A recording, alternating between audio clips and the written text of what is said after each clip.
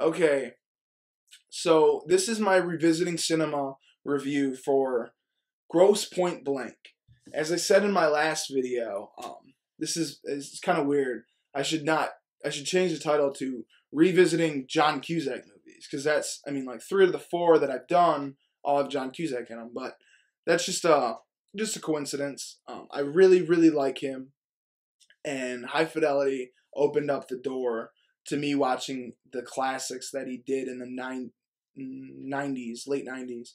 And man, this dude was in a fucking stretch. I will tell you that.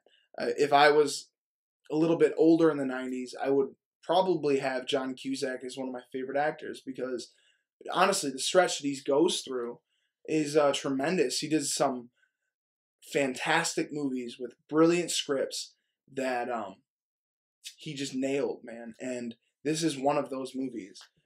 And he helped co-write the script, or he wrote it, one or the other. I know he was involved with the script writing process of this movie, but besides that, it stars Minnie Driver, him, Alan Arkin, who else?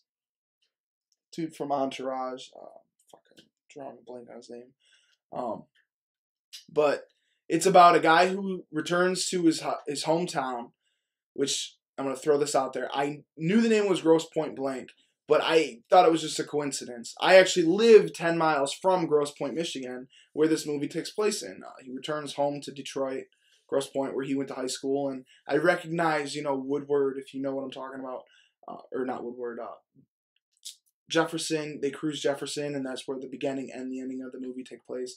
And a few, things that I recognize, and it's just cool to see that, and that always makes me like a movie more. But this movie's generally great. But he returns home to his high school 10-year anniversary, and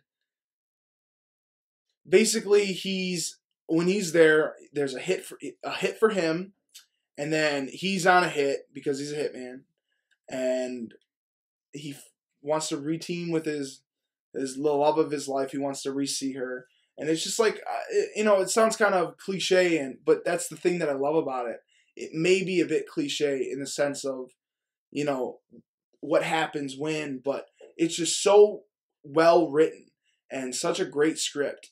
And I really loved it. There's a few scenes and a few lines of dialogue that were just like, that were said, and then the characters didn't react the way that they normally would.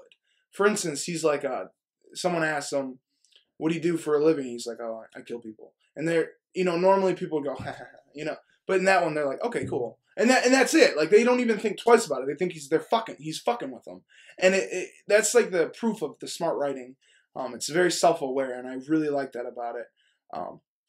But again, I have to give this movie, the thing that I love the most is the chemistry between Minnie Driver and John Cusack. It is just tremendous. It is a romantic comedy, hitman movie all in one, but the chemistry between those two are just tremendous. If they cut the hitman part of it out, it still would be a great movie because of that. And again, the music in it is great.